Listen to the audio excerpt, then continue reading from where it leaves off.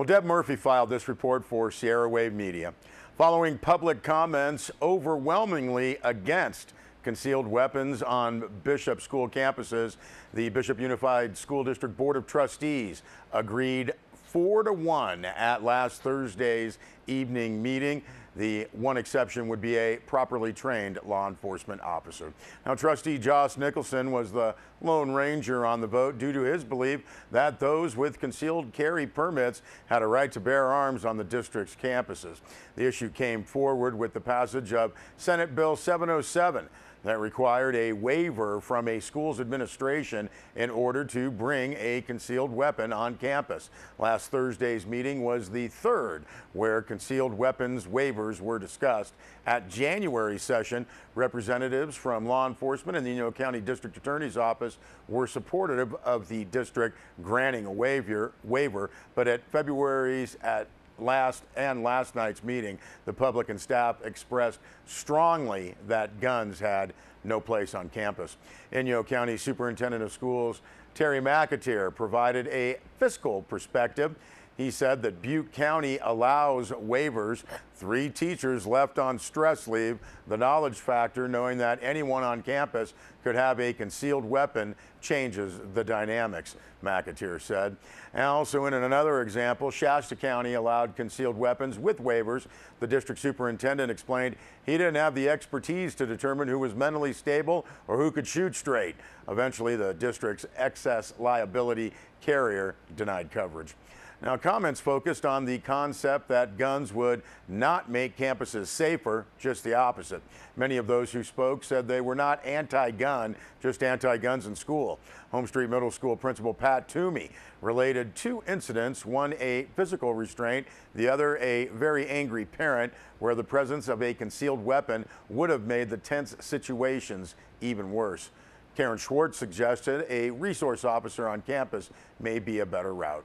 Trina Orrell started the board discussion on a resolution that no waivers would be granted. Her concern was the district should engage in a larger discussion about security on campus before the board determined a no waiver policy was needed. Chair Kathy Zach and Trustee Eric Richmond explained that the waiver issue was an action item on the agenda and a vote was necessary. Trustee Taylor Ludwig referred to area law enforcement support of the waiver. Richmond parried with, "There is no proof guns make kids safer in a shooter situation." Now, eventually, Orrell asked that a sentence in the resolution citing safety of the students be removed as too political. Superintendent Barry Simpson said deleting the sentence did not change the policy. The sentence was deleted. Though Orrell said she was not 100% comfortable, she voted to approve the resolution, as did Ludwig, Richmond, and Zach. Now, Sierra Wave Media received an email from Inyo County District Attorney Tom Hardy after this story was published on our website, and Hardy wrote, quote, "I am requesting a minor but important clarification on the article on the Sierra Wave website regarding the concealed carry issue at Bishop schools. I attended a school board meeting in January at the request of a board member. I attended only to explain the new law and to answer questions about law enforcement. I attempted to make it very clear that the policy decision as to whether or not to allow waivers to the new law was strictly a decision for the Board of Education and administration. I have not attempted in any way to influence that policy by the board. My duty, as always, is to equitably enforce the laws of the state as adopted by the people, the legislature, and by local governing bodies." And again, that was from Inyo County DA Tom Hardy, and we thank Deb Murphy for that report. Well, we know people are already gearing up for the Alabama Hills Day that's coming up. Press release notes over 40 different sponsors and exhibitors will be lending their support to celebrate the scenic landscape of the Alabama Hills coming up on April 9th. Press release says this day-long event promotes the jaw-dropping beauty of this semi-primitive area and educates the public about the wide variety of groups and activities that take place there. Now, the event will start at 9 a.m. Opening ceremonies at the Eastern Sierra Interagency Visitor Center in Lone Pine, along with exhibits and information. There will be ongoing tours, talks, activities taking place in the Alabama Hills, including rock climbing, mountain biking tours, birding, nature, and junior exploration hikes, along with a tour of the natural arches and several seldom visited sites in the hills. Now, the Museum of Western Film History will also host a variety of exhibits, films, and lectures for the general public to enjoy and be educated about the Alabama Hills. Day will wrap up 4 p.m. at the Museum of Western Film History with special guest speaker Peter Croft, the world-class rock climber, mountaineer, and ambassador of Eastside Climbing and Stewardship.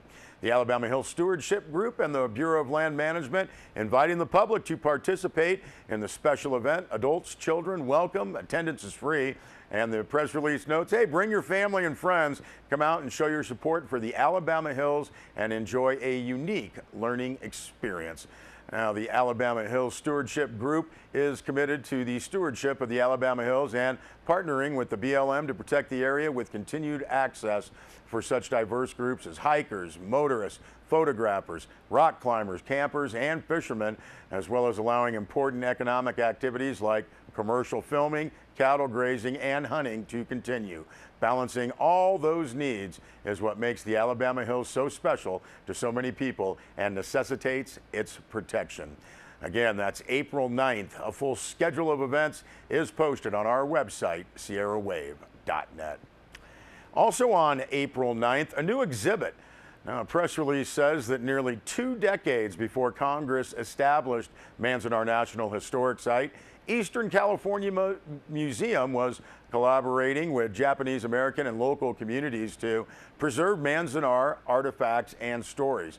Visit to the Eastern California Museum, press release notes, remains a unique opportunity to explore history through artifacts, artworks, and photos, thereby enhancing a visit to Manzanar itself.